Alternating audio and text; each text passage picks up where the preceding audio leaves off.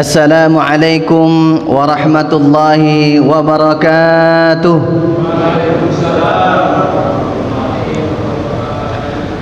Alhamdulillahi rabbil alamin, alladhi anzala al-Qur'ana bilisanin arabiyyin mubin.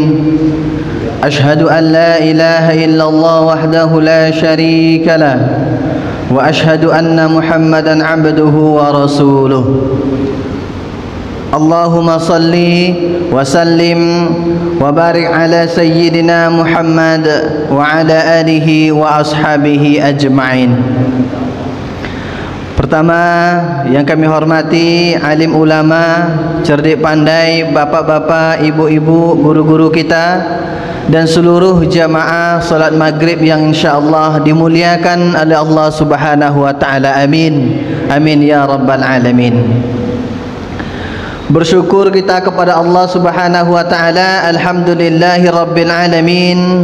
Pada hari ini, pada malam ini, Allah masih memberi kita rahmatnya, Allah masih memberi kita nikmatnya, Allah masih memberi kita nikmat kesehatan, kesempatan, nikmat Islam, nikmat iman.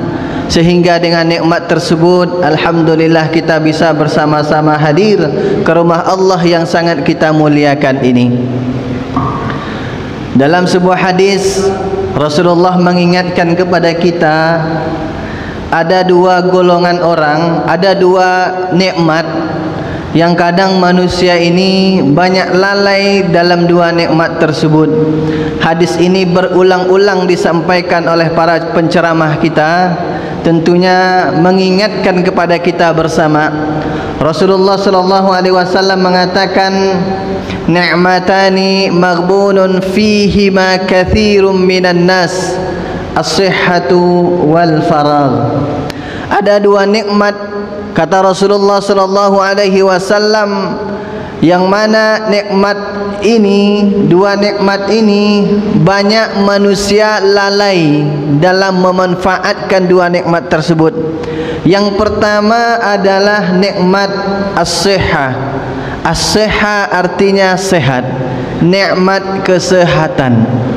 Bapak Ibu yang kami muliakan, sesungguhnya dan kita yakini bersama-sama bahwa nikmat sehat sangat mahal harganya. Kapan kita teringat ataupun kapan kita merasakan mahalnya nikmat sehat? Tatkala kita diberikan nikmat sakit oleh Allah Subhanahu wa taala. Yakinlah Bapak Ibu, selama kita sehat, dan boleh jadi nanti akan ada masanya kita sakit. Maka dalam sebuah hadis juga Rasulullah mengingatkan kepada kita, ingat iqtanim khamsan qabla khamsin. Ingat 5 perkara sebelum 5 perkara. Di antaranya nikmat sehat sebelum datang masa sakit kita. Kadang kita terlena dengan sehat kita dan tidak bisa memanfaatkan dengan sebaik-baiknya. Akhirnya terbuang begitu saja nikmat sehat. Nanti ketika sudah sakit baru sibuk ingin mendekatkan diri kepada Allah Subhanahu wa taala, tapi apalah daya, ketika mau sujud punggung pun tak bisa. Ketika mau ruku punggung tak bisa lurus lagi. Ketika mau ke masjid kaki sudah sakit. Ketika mata mau membaca Al-Quran sudah tak nampak lagi, perlu 4 kacamata. Ini nikmat yang kadang kita lalai, ya. Nikmat sehat, alhamdulillah sehat. Tapi bisa enggak kita memanfaatkan nikmat ini? Maka dalam hadis ini Rasulullah mengingatkan kita, jangan sampai kita terlena dengan nikmat sehat dan tidak kita memanfaatkan nikmat sehat tersebut. Banyak manusia lalai dalam nikmat sehat. Kadang orang lebih senang, lebih suka mendekatkan diri kepada Allah itu ketika dia sakit, ketika sudah banyak masalah baru sibuk mendekatkan diri kepada Allah Subhanahu wa taala. Allah sebenarnya senang, tapi akhirnya nanti kita dikasih sakit terus supaya dekat dengan Allah. Maka Bapak Ibu, alhamdulillah ketika Allah berikan sehat kepada kita, jari saja Kalaulah Allah cabutlah nikmat jari ni Bapak Ibu, sekarang kita bisa menggerakkannya kemanapun kita inginkan, bagaimanapun kita inginkan. Tapi bayangkan ada keluarga kita, sanak saudara kita yang nikmat jari itu tak diambil oleh Allah Subhanahu wa taala. Kaku jarinya. Untuk berdiri, untuk mengambil sesuatu pun tak bisa lagi. Untuk salat, telunjuknya ketika mengucapkan asyhadu an la ilaha illallah, tak bisa berdiri lagi, tak bisa lurus lagi. Kita akan berusaha semaksimal mungkin untuk mencari dokter terbaik. Apa yang kita miliki kita korbankan untuk mengobatinya. Begitulah besar biaya yang kita gunakan untuk berobat, mungkin hanya untuk satu jari saja. Maka ketika Allah berikan nikmat, syukuri nikmat tersebut. Alhamdulillahi rabbil alamin. Yang kedua kata Rasulullah, al-faragh, nikmat waktu luang. Ini yang juga kadang kita terlena. Ada waktu kita tunda, udahlah nanti, udahlah nanti, udahlah nanti. Ya, waktu antara Isya dengan Maghrib, ada waktu kosong kita tidak kita manfaatkan dengan baik. Waktu istirahat zuhur kita tidak kita manfaatkan dengan baik. Waktu libur kita tidak kita manfaatkan dengan baik. Maka rugilah orang-orang seperti ini. Waktu libur manfaatkan dengan baik, liburlah bersama keluarga. Karena apapun yang dilakukan bersama dengan keluarga itu adalah kebaikan. Ya. Maka kullu ma'rufin sadaqah, segala sesuatu yang baik adalah sedekah. Apalagi bersama dengan keluarga, apapun yang kita lakukan dengan keluarga selama itu tidak mengandung kemaksiatan kepada Allah, maka selama itu pula kita akan dicatat sebagai melakukan kebaikan dan pahala di sisi Allah Subhanahu wa taala. Alhamdulillah, waktu kita ada, sehat ada, waktu juga ada. Alhamdulillah bisa kita manfaatkan bersama-sama. Mudah-mudahan ini menjadi catatan amal kebaikan kita di hadapan Allah Subhanahu wa taala nantinya, dan mudah-mudahan inilah yang akan membawa kita ke syurganya Allah. Amin. Amin ya rabbal alamin. Karena sesungguhnya kita tak tahu dan tak pernah tahu juga kita amal mana yang akan membawa kita ke syurga Allah Subhanahu wa taala. Boleh jadi amal kita sedikit, tapi mungkin yang sedikit itulah yang Allah catat sebagai keikhlasannya yang paling tinggi, itulah yang membawa kita ke syurganya Allah Subhanahu wa taala. Bapak Ibu yang kami muliakan, kemudian salawat dan juga salam tak lupa pula kita ucapkan buat Nabi besar kita, suri tauladan kita dalam kehidupan sehari-hari. Berilah tuntunan kita dan tidak hanya menjadi tontonan ketika dilihatkan peninggalan-peninggalan Rasulullah, disampaikan bagaimana sifat-sifat Rasulullah. Mestinya tidak hanya menjadi tontonan, tetapi mesti menjadi tuntunan bagi kita dalam kehidupan sehari-hari.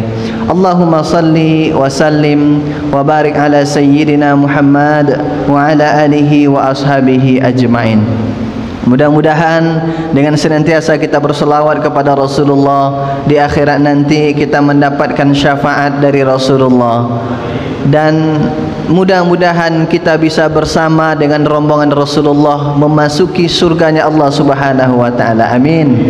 Amin ya rabbal alamin. Karena memang dalam beberapa hadis disebutkan tak akan ada yang akan masuk surga nanti di akhirat yang lebih utama, yang lebih dahulu kecuali Rasulullah sallallahu alaihi wasallam. Maka kalaulah kita bahas keutamaan-keutamaan yang dimiliki oleh umat Nabi Muhammad sallallahu alaihi wasallam, maka sangat banyak sekali keutamaan yang Allah berikan kepada kita sebagai umat Nabi Muhammad sallallahu alaihi wasallam.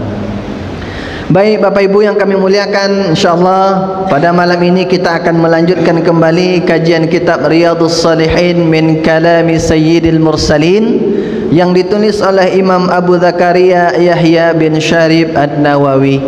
Imam An-Nawawi meninggal usia dalam riwayat disebutkan 45 tahun, dan juga disebutkan sebagai seorang imam, seorang ahli hadis, seorang juga yang ahli fikih yang meninggal dunia sebelum menikah. ya, meninggal dunia sebelum menikah. Jadi belum ada istri, apalagi anaknya. Tapi nama beliau harum sampai hari ini, ilmu beliau sampai hari ini dipegang, catatan-catatan, tulisan-tulisan beliau di buku dibahas oleh para ulama kita. Maka sesungguhnya mati pun beliau, tapi pada kenyataannya beliau masih hidup sampai hari ini. Sampai hari ini ilmunya mengalir, sedekah jariah ataupun ilmu yang bermanfaat itu mengalir kepada Imam An-Nawawi. Kita sudah sampai pada bab yang kedua, yaitu bab taubat. Kita minggu kemarin sudah membahas hadis yang kedua ataupun hadis yang ke-14. Dalam bab taubat ini Rasulullah sallallahu alaihi wasallam juga menceritakan, menyampaikan kepada kita, bertaubatlah kalian kepada Allah Subhanahu wa taala, ya ayuhan nas tubu ilallahi wastaghfiruh fa inni atubu fil yam mi'ata marrah. Wahai manusia, kembalilah kepada Allah, sesungguhnya aku kembali kepada Allah, bertaubat kepada Allah, minta ampun kepada Allah dalam sehari semalam itu 100 kali. Masya Allah, 100 kali Bapak Ibu. Apatah lagi kita yang belum ada jaminan masuk surga, yang juga keturunan tidak ada keturunan para nabi, para habaib, maka mesti kita lebih banyak bertaubat kepada Allah Subhanahu wa taala. Hari ini insyaallah kita akan bahas hadis yang ke-15. Hadis ini bercerita tentang bagaimana responnya Allah Subhanahu wa taala terhadap orang-orang yang mau bertaubat kepada Allah. Taba yatubu artinya kembali, roja'a. Roja'a artinya kembali kepada Allah Subhanahu wa taala. Tatkala kita sadar telah melanggar aturan Allah, maka ketika itu kita kembali lagi kepada Allah Subhanahu wa taala. Maka tatkala Allah melihat, mengetahui ada hamba-hambanya yang kembali kepadanya, maka Allah Subhanahu wa taala sangat bergembira dengan kembalinya, dengan taubatnya hambanya yang tadi melakukan kemaksiatan kepada Allah Subhanahu wa taala. Maka inilah hadis yang insyaallah akan kita bahas pada malam yang berbahagia ini. Mudah-mudahan Allah berikan kemudahan untuk kita dan bermanfaat bagi kita bersama. Amin amin ya rabbal alamin. Bismillahirrahmanirrahim. Wa an Abi Hamzah Anas bin Malik Al-Ansari khadimi Rasulillah sallallahu alaihi wasallam. Sahabat yang meriwayatkan hadis ini bernama Abi Hamzah. Abi Hamzah ayahnya Hamzah. Siapa ayahnya Hamzah ini? Namanya adalah Anas bin Malik Al-Ansari. Bapak Ibu pasti sudah sering mendengar nama sahabat Nabi ini, Anas bin Malik. Anaknya bernama Hamzah, maka dia dipanggil dengan Abi Hamzah, ayahnya Hamzah. Kalau ada anak kita namanya Putri, maka Abi Putri. Wah, begitu ya. Dikenal seperti itu. Para sahabat sering dikenal dengan nama anaknya, ya. Abbas, Abi Abdullah bin Abbas, ya. Nama anaknya yang sering dipanggil. Bapak Ibu yang kami muliakan, lalu siapa Anas bin Malik ini? Siapa Anas bin Malik ini? Sahabat Rasulullah sallallahu alaihi wasallam. Anas bin Malik dalam hadis ini disebutkan khadimi Rasul. Khadim artinya pelayan, pembantunya Rasulullah sallallahu alaihi wasallam. Orang yang berkhidmat, khadim, pembantu, khidmat, orang yang selalu bersama dengan Rasulullah sallallahu alaihi wasallam. Kapan, bagaimana ceritanya kok bisa Anas bin Malik ini menjadi pembantunya Rasulullah? Bapak Ibu yang kami muliakan, tatkala Rasulullah sallallahu alaihi wasallam itu hijrah ke Madinah, Ibunya Anas bin Malik bernama Malikah. Nama suaminya namanya Malik. Nama anaknya namanya Anas. Maka Anas bin Malik. Nama istrinya Malikah, istri ataupun ibu dari Anas. Ada juga yang mengatakan Ummu Sulaim. Ya, juga dikenal dengan ibunya itu nama Ummu Sulaim. Tatkala Anas bin Malik ini masih kecil, ayahnya meninggal dunia. Malik meninggal dunia. Tinggallah Ummu Sulaim ataupun Malikah bersama anaknya bernama Anas. Tatkala Rasulullah datang ke Madinah, hijrah ke Madinah, orang-orang Madinah berlomba-lomba memberikan yang terbaik untuk Rasulullah sallallahu alaihi wasallam. Bahkan sering kita dengar cerita ada masyarakat Madinah memberikan penginapan kepada Rasulullah sallallahu alaihi wasallam, berebut memberikan penginapan rumah. Ya Rasulullah, nginaplah di rumah kami. Ya Rasulullah, nginaplah di rumah kami. Lalu apa yang terjadi? Unta Rasulullah itulah yang menjadi penentu di mana unta Rasulullah singgah, berhenti, disitulah Rasulullah nginap akhirnya. Begitu juga dengan Anas bin Malik. Ummu Sulaim, ibunya Anas bin Malik ketika itu tidak memiliki apa-apa. Tidak rumah, tidak seperti rumah sahabat-sahabat yang lainnya. Harta juga tidak sebanyak harta-harta sahabat yang lainnya. Maka terpikirkanlah oleh dirinya, oleh Ummu Sulaim, apa ya yang bisa aku berikan kepada Rasulullah. Teringat olehnya ada anaknya yang ketika itu berusia 10 tahun lebih kurang, bernama Anas. Maka datanglah ibunya Ummu Sulaim ini kepada Rasulullah. Ya Rasulullah, saya tidak memiliki harta yang banyak, saya tidak memiliki rumah yang begitu bagus untuk aku berikan kepadamu, tetapi aku memiliki seorang anak yang bernama Anas bin Malik ini.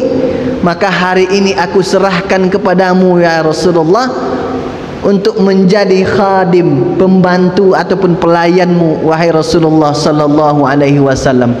Bapak Ibu, ternyata sahabat-sahabat Rasulullah itu berebutan memberikan anaknya kepada Rasulullah sallallahu alaihi wasallam. Ada Abbas juga seperti itu. Ada lagi Umar, anaknya Umar juga seperti itu. Tetapi mereka tidak tinggal bersama dengan Rasulullah. Ada yang Umar membuatkan rumah depan pas berhadapan dengan rumahnya Rasulullah. Dia ingin, Umar ini kan pedagang Bapak Ibu, sahabat Rasulullah rata-rata pedagang, jadi kesibukan tidak selalu bersama dengan Rasulullah. Maka dia mencari alternatif bagaimana anaknya supaya bisa bersama dengan senantiasa dengan Rasulullah sallallahu alaihi wasallam. Maka dibangunlah rumah di hadapan rumah Rasulullah supaya anaknya tahu ketika Rasulullah pulang ataupun ketika Rasulullah berangkat dari rumahnya, tahu bagaimana kebiasaan-kebiasaan Rasulullah sallallahu alaihi wasallam. Begitu juga dengan ibunya Anas bin Malik, langsung memberikan anaknya hidup bersama dengan Rasulullah sallallahu alaihi wasallam. Bapak Ibu yang kami muliakan, maka tatkala itu Rasulullah menerima Anas bin Malik, ada doa yang Rasulullah ucapkan untuk Anas bin Malik. Dahulu kita dengar ketika Abdullah bin Abbas, Rasulullah mendoakan Abdullah bin Abbas, Allahumma faqihhu fid din wa 'allimhu ta'wil. Ya Allah, berikanlah pemahaman terhadap agama untuk Abdullah bin Abbas, wa 'allimhu ta'wil, dan ajarilah dia tafsir tentang ayat-ayat Al-Qur'an. Dikabulkan oleh Allah, Abbas menjadi ahli tafsir, menjadi ahli fikih, kitab tafsir Ibnu Abbas. Begitu juga dengan Anas bin Malik. Apa doa Rasulullah kepada Anas bin Malik ketika itu? Rasulullah berdoa, ya Allah, perbanyaklah harta dan juga anaknya, dan berkahilah apa-apa yang engkau anugerahkan kepadanya. Bapak Ibu yang kami muliakan, manusia paling mulia mendoakan seorang anak. bagaimana mungkin tidak akan dikabulkan oleh Allah Subhanahu wa taala. Dan doa Rasulullah makbul. Anas bin Malik menjadi orang yang kaya raya dan menjadi keluarga yang sangat banyak keturunannya. Ada yang mengatakan keturunan Anas bin Malik ini tatkala beliau meninggal dunia itu 120 orang. Anaknya, cicit-cicitnya sampai ke bawah 120 orang. Masya Allah. Kalau pemilu menang tuh, Bu.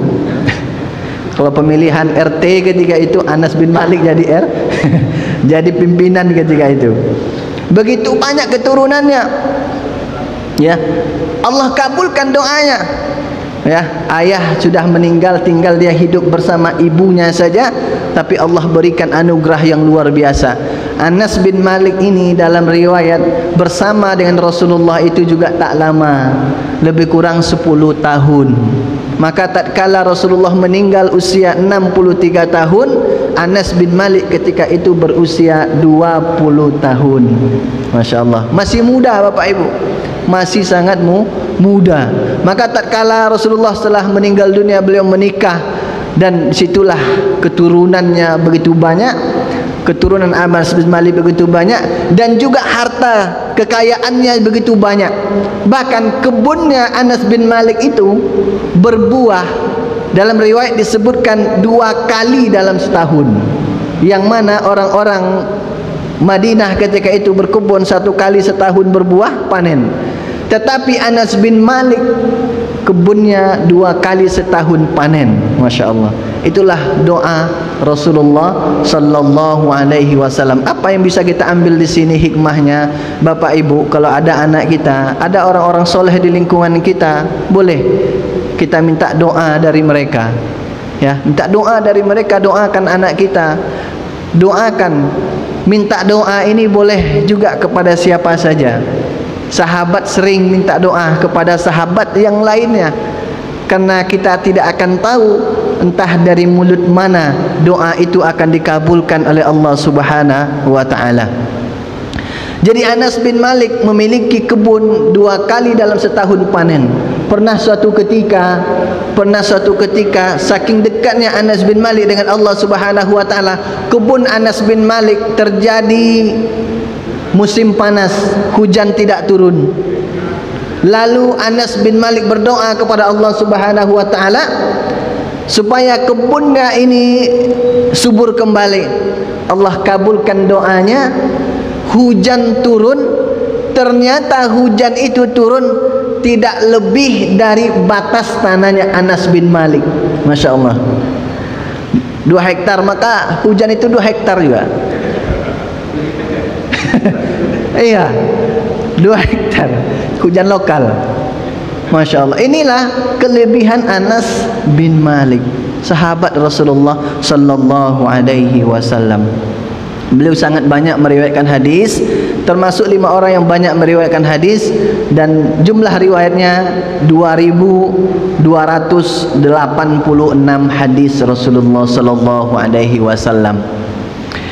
Kemudian Abu Hurairah pernah berkata, karena Anas bin Malik ini sahabat yang senantiasa bersama Rasulullah, Abu Hurairah mengatakan, saya tidak pernah melihat seorang sahabat pun yang mirip salatnya dengan Rasulullah kecuali Anas bin Malik. Bayangkan Bapak Ibu, dia tinggal bersama Rasulullah, kesehariannya bersama Rasulullah. Apa yang Rasulullah lakukan, dia lakukan.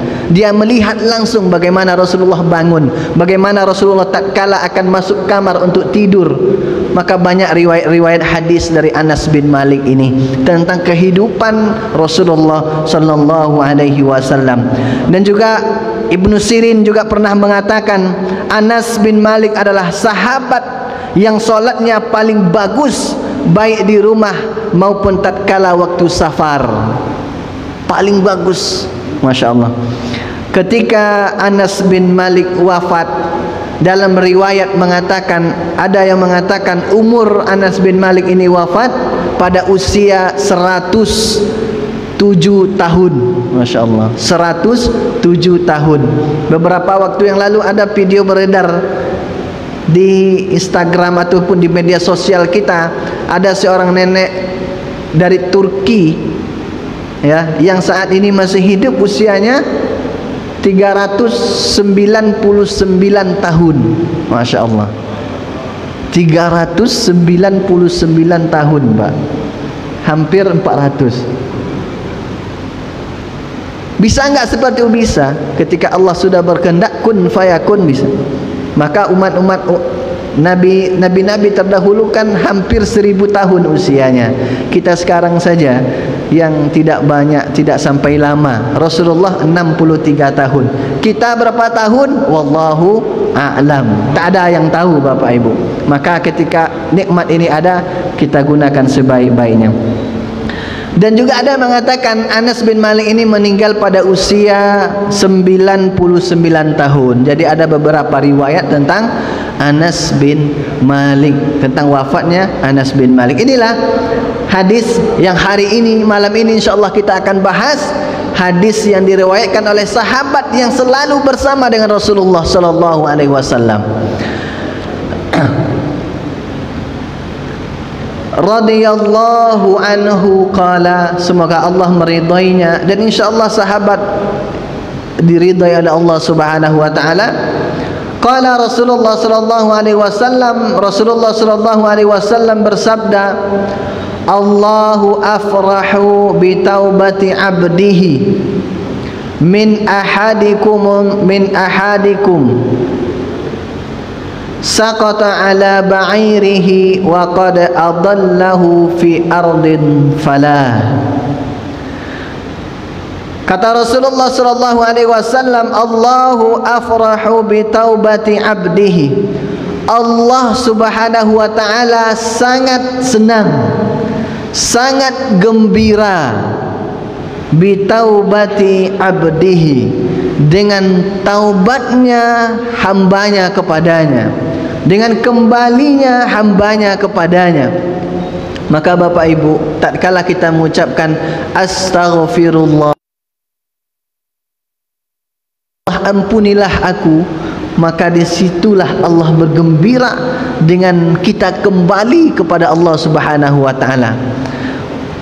Tapi jangan kita bayangkan, tidak, gitu ya, tidak. Ketawa gitu, tidak. Maka dalam Al-Quran, laisa kamitslihi syai'un, tidak ada. Perumpamaan ini hanya untuk, tapi apakah sama dengan gembiranya Allah kepada kita? Samanya gembira kita?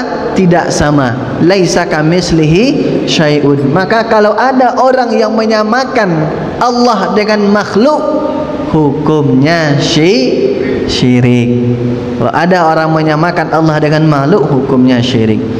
Maka di sini Allah mengatakan, Rasulullah mengatakan, Allah sangat gembira dengan taubatnya seorang hamba. Bagaimana kegembiraan Allah itu?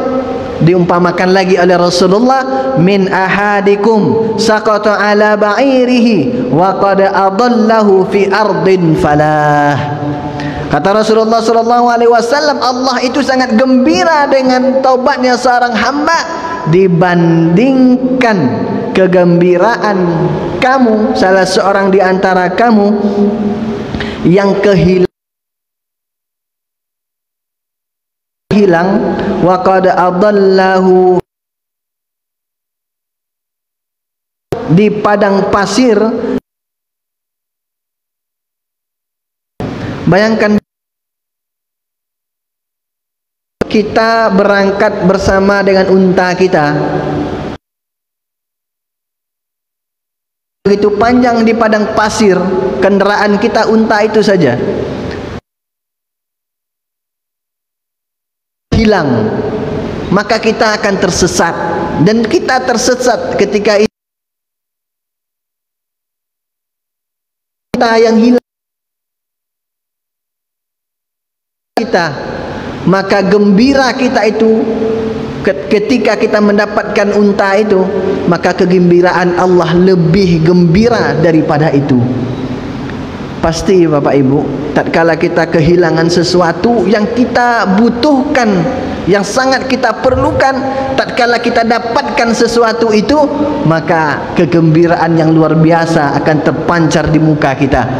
Tetapi Allah mengatakan, Rasulullah mengatakan, Allah lebih gembira daripada itu atas orang. Maka Bapak Ibu, mari selama kesempatan ini masih ada, selama waktu ini masih diberikan oleh Allah, mari kita bertaubat kepada Allah Subhanahu wa taala. Ya Allahi taubatan nasuha. Wahai orang-orang yang beriman, orang yang beriman, Bapak Ibu, orang yang beriman, ternyata orang beriman ini juga melakukan kesalahan. Ya, orang yang beriman dipanggil oleh Allah, wahai orang yang beriman, tubuh kembali. Ternyata Bapak Ibu yang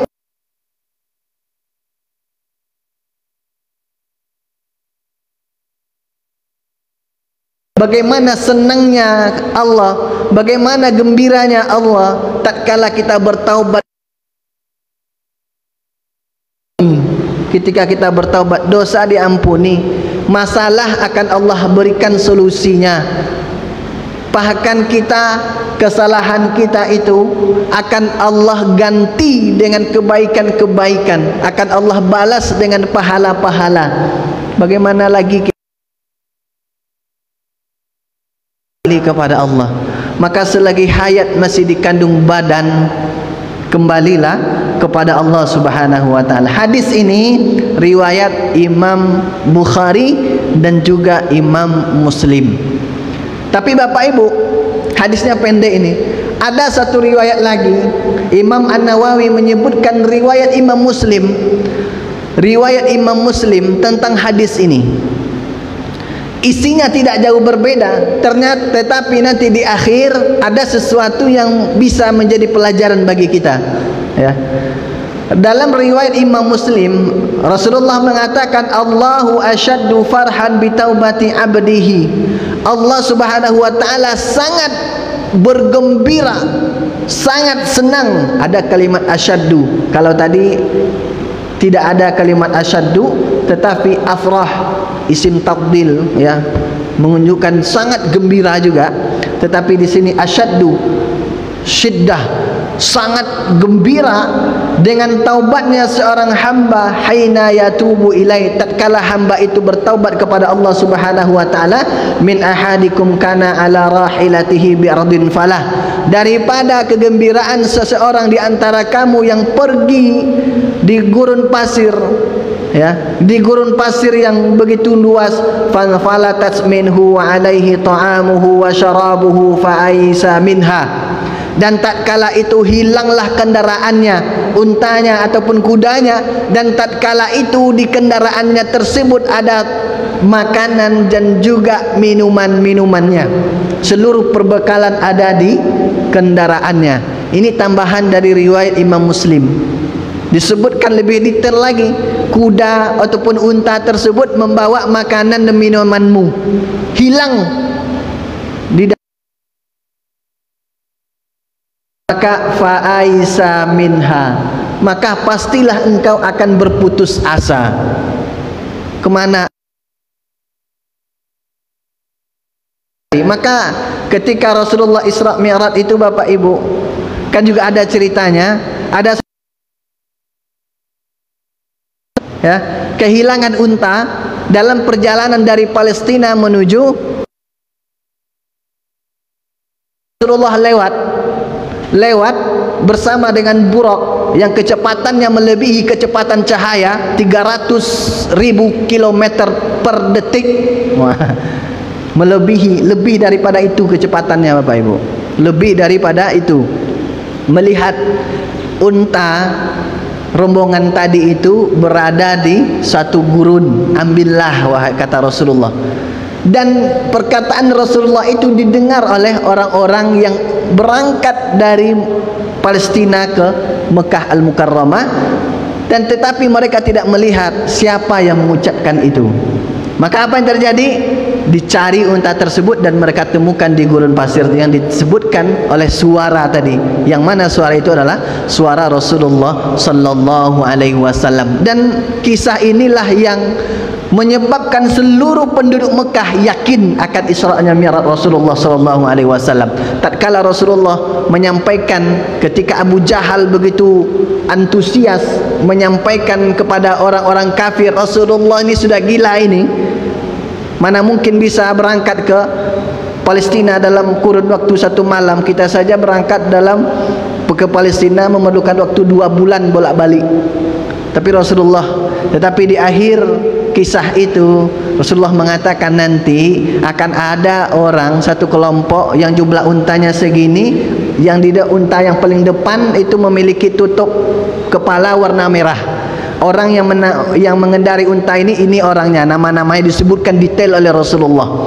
Maka tatkala sampai rombongan itu ke Mekah Al-Mukarramah, ditanya oleh mereka dan bertambah yakinlah mereka, ternyata benar Rasulullah tadi malam berangkat ke Palestina dan menuju Sidratul Muntaha. Bapak Ibu yang dirahmati Allah Subhanahu wa taala, maka dalam riwayat Imam Muslim disebutkan hilang untanya dan makanan ada semuanya di situ, minuman makanannya ada bersama dengan unta tersebut. Fa'ata syajaratan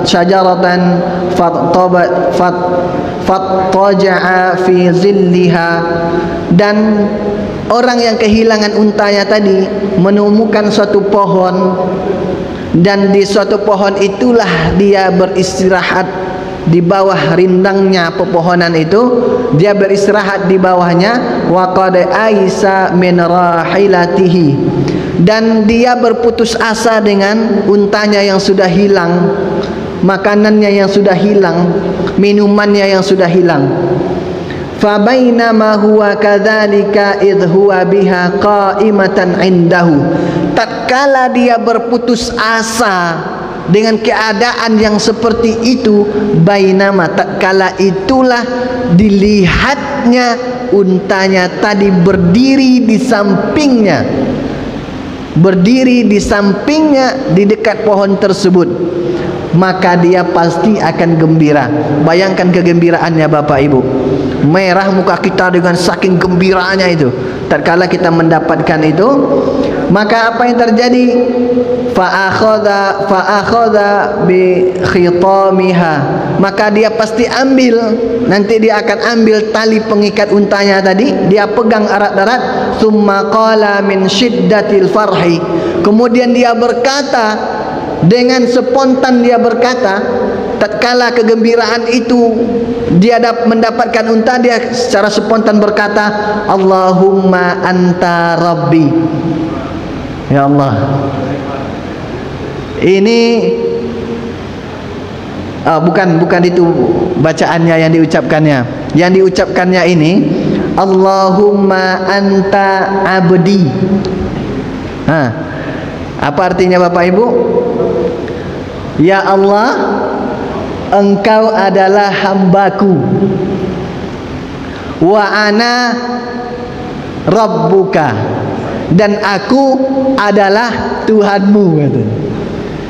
Saking gembiranya dia mengucapkan kalimat ini. Gimana hukumnya Bapak Ibu? Ini hadis Rasulullah, riwayat Imam Muslim, ya. Rasulullah ini menceritakan kepada kita, ada orang yang saking gembiranya mengucapkan kalimat ini, katanya, Allahumma anta abdi, ya Allah Engkau adalah hambaku, wa ana rabbuka, dan aku adalah Tuhanmu. Syirik enggak Bapak Ibu? Syirik. Kufur enggak? Kufur. Hampir sama dengan Fir'aun. Fir'aun itu mengatakan saya Tuhan yang paling tinggi, katanya. Masya Allah, ini luar biasa perkataan-perkataan orang-orang seperti ini nih, ya. Maka kalau ada iblis nih Bapak Ibu, iblis saja tak berani mengatakan ana Rabb, saya Tuhan, tak berani, ya. Maka kalau ada orang mengatakan saya Tuhan, sembahlah saya, itu lebih parah daripada iblis lagi. Induk angkangnya jin syaitan. Induk angkang tahu Pak Bu? Ini bahasa orang Sumatera. Ya, lebih parah lagi. Maka Fir'aun itu lebih parah daripada iblis lagi. Iblis itu dalam Al-Quran kan mengatakan Rabbi, wahai Tuhanku. Tatkala disuruh bersujud kepada Adam, tak mau iblis. Tetapi iblis tetap mengakui Rabbi, ya Tuhanku, Allah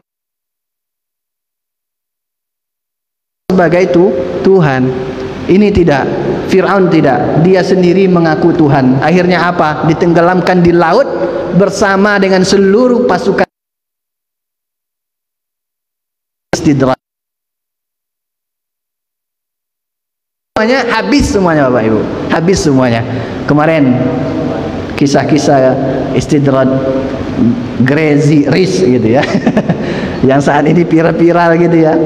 Kan pernah beliau mengatakan Tuhan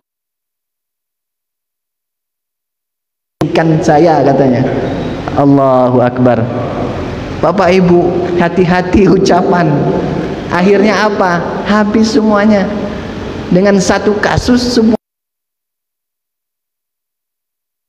ini kufur atas nikmat Allah, ya, luar biasa, ya, habis semuanya, selesai. Ucapan yang begitu dahsyat, cara memiskinkan saya, katanya. Karena kalau saya buat jahat, nanti saya sedekah lagi, nanti buat jahat lagi saya, katanya. Satu saya sedekah lagi, kata Allah. Ini mengolok-olok Allah Subhanahu wa taala. Habis semuanya. Graziris diambil oleh Allah. Habis semua, dimiskinkan. Maka hati-hati kita. Mestinya harta itu kan menambah dekat dengan Allah Subhanahu wa taala. Seperti itu dicontohkan Rasulullah. Rasulullah itu bukan orang miskin, Bapak Ibu. Orang yang kaya raya. Pedagang, pedagangnya itu antar negara, ekspor impor, bukan pedagang warung-warung kecil, tidak, tapi ekspor impor bersama dengan istrinya Siti Khadijah. Luar biasa perdagangan Rasulullah itu. Maka hartanya ketika menikah dengan Siti Khadijah itu banyak sekali. Bahkan ada yang mengatakan 100 ekor unta maharnya. Itu mahar saja baru, ya, maharnya Rasulullah. Allahu Akbar. Ini dah sampai. Iya, cepat Ustaz ya. Allah. Bapak Ibu yang kami muliakan, maka mohon maaf sedikit lagi, kalimat ini menurut para ulama ini kalimat kufur. Tapi diucapkan dengan tidak sengaja dimaafkan, tidak apa-apa. Kalau kita pernah terucap, ya Allah, Engkaulah hambaku dan aku Tuhanmu, maka kalau tidak sengaja itu tidak terhitung kufur, tidak terhitung kafir, tidak terhitung syirik. Tapi kalau kita sengaja mengucapkan itu, hati-hati, syirik ataupun kufur, masuk kita ke golongan kafir. Taubat kepada Allah Subhanahu wa taala. Demikianlah kajian kita pada malam berbahagia ini. Mohon maaf atas segala kekurangan dan kelebihan waktunya. Ya, mudah-mudahan menjadi amal ibadah,